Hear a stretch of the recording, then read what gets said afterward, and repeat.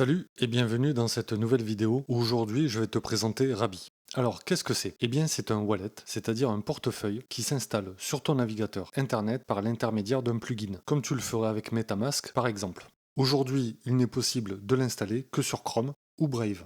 Ouvre donc un de ces navigateurs et entre à l'adresse de Rabi. Comme d'habitude, tu trouveras le lien officiel dans la description de cette vidéo. Il y a un audit que tu trouveras ici. Rabi est open source. Tu trouveras aussi le code à cet endroit. Et c'est D-Bank qui est derrière le développement de cette application. Tu peux voir que prochainement, il sera aussi disponible sur Firefox et Edge. Pour l'installer, clique sur le bouton Download en fonction du navigateur que tu utilises. Étant sur Brave, je clique donc ici. Le Chrome Web Store s'ouvre et tu peux cliquer sur ce bouton Ajouter à Chrome. Si tu suis cette vidéo avec Brave, ne t'inquiète pas, il utilise le moteur de Chrome, ça fonctionne donc de la même façon. Tu peux cliquer sur l'icône de la pièce du puzzle une fois installée, ici, et ensuite clique sur cette icône pour épingler le plugin et faire en sorte qu'il reste toujours visible. Maintenant, tu peux cliquer sur l'icône de Rabi, sélectionne le bouton Get Started. Là, tu vas devoir choisir un mot de passe et une fois entré, tu peux cliquer sur le bouton suivant.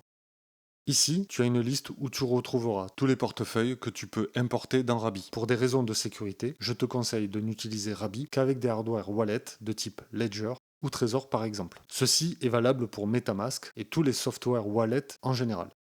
Effectivement, si ta machine venait à se faire pirater, il est possible que l'attaquant trouve l'accès à tes sites phrases, ce qui lui laisserait le champ libre pour récupérer tous tes actifs. Si toutefois tu veux importer un MetaMask par exemple, descends et sélectionne Import Address. Tu as plusieurs choix sur l'importation, n'hésite pas à me dire dans les commentaires si tu veux que j'approfondisse ce sujet. Pas d'inquiétude, les clés privées sont sécurisées par le même système qui est intégré dans MetaMask. Toutefois, préfère l'utilisation d'un hardware wallet. J'insiste sur ce point, c'est très important. Tu peux aussi utiliser le Watch Mode qui permet de surveiller un portefeuille. Bien entendu, tu ne pourras pas réaliser de transactions avec celui-ci. Pour cette démonstration, nous allons créer un portefeuille. Clique sur Create New Address et ici, Rabbit te demande de valider ses choix. Donc le premier t'indique que si tu perds ta seed phrase, tes assets seront perdus à jamais. Si tu partages cette seed phrase à d'autres personnes, tes assets seront aussi probablement perdus à jamais. Et enfin, si la seed phrase est uniquement stockée sur ta machine, il est de ta responsabilité de la sécuriser. Bouton Next. Ici, tu dois cliquer sur Click to Show Seed Phrase, copie-la sur un bout de papier et appuie sur le bouton suivant. Là, tu dois indiquer l'ordre des mots que tu as vus juste avant. Clique sur le bouton suivant quand tu as terminé.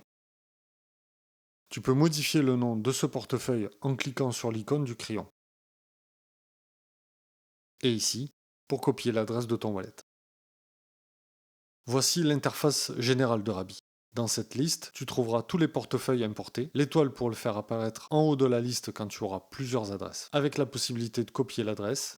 L'icône information te permet de changer le nom si tu as besoin avec l'icône du crayon, de copier l'adresse du portefeuille, comment a été importé ce portefeuille, c'est-à-dire via une seed phrase ou un hardware wallet par exemple, et enfin, le QR code pour le prendre en photo et ainsi partager ton adresse quand tu souhaites envoyer de l'argent sur ce portefeuille.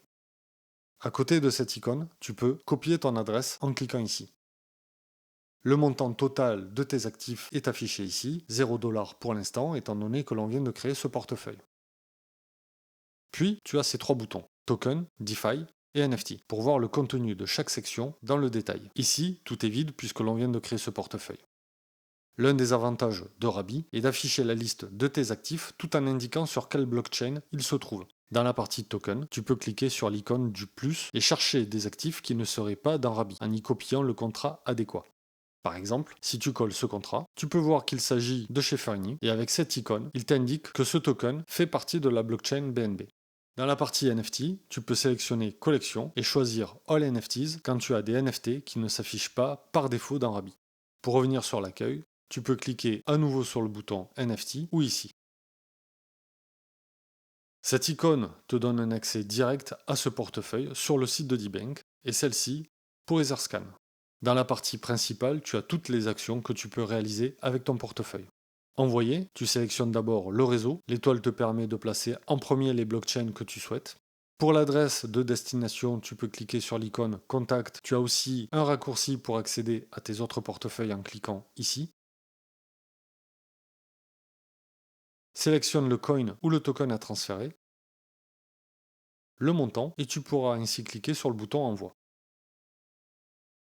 Recevoir, sélectionne la blockchain en fonction de ce que tu veux recevoir et tu auras le QR code à scanner pour récupérer l'adresse de ton portefeuille. Comme d'habitude, tu peux aussi cliquer sur le bouton ici pour réaliser cette action. Attention, au moment de coller l'adresse, vérifie toujours tous les caractères afin de t'assurer qu'aucun programme n'a apporté de modification à celle-ci.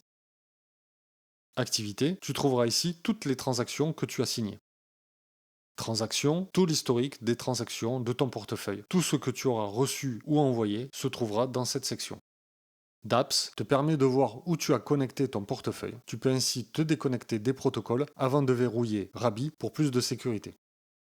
Contact, c'est ici où tu peux gérer les différents portefeuilles de tes amis ou des plateformes comme Binance par exemple. Si tu sélectionnes le bouton plus, tu peux renseigner le wallet et un nom pour identifier chaque adresse que tu renseigneras ici. Pratique quand tu vas envoyer des fonds comme on l'a vu précédemment. Attention, si tu supprimes Rabbi, ces informations seront perdues. Widget, pour gérer les extensions de Rabbi.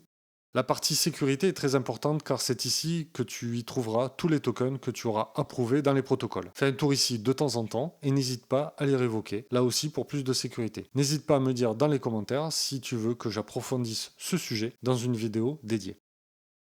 Et enfin, la partie réglage, où tu peux verrouiller ton portefeuille, gérer les adresses et réinitialiser le compte. Si tu sélectionnes la gestion des adresses, tu retrouves les éléments que l'on a déjà abordés. Choisis une adresse pour avoir tous les détails sur celle-ci. Tu y trouveras la seed phrase et la private key pour les sauvegarder quelque part si ce n'est pas déjà fait. C'est ici aussi que tu peux supprimer des portefeuilles de Rabbi. Affiché ici, tu as le prix de l'Ethereum et sa variation sur 24 heures. Avec le prix du gaz. Enfin, ici tu as l'information du protocole et de la blockchain sur lesquels tu es connecté. Tu peux voir actuellement que l'on n'est pas connecté. On va faire le test avec D-Bank. Clique sur l'icône, connecte ton wallet avec Rabbi. Tu peux voir à présent D-Bank et la blockchain Ethereum sélectionnée. Tu peux la changer en cliquant ici. Reviens sur Dapps et tu peux voir ici aussi que l'on est connecté sur D-Bank. On peut se déconnecter en cliquant là. Si tu es connecté sur plusieurs protocoles, tu peux aussi cliquer sur le Disconnect All.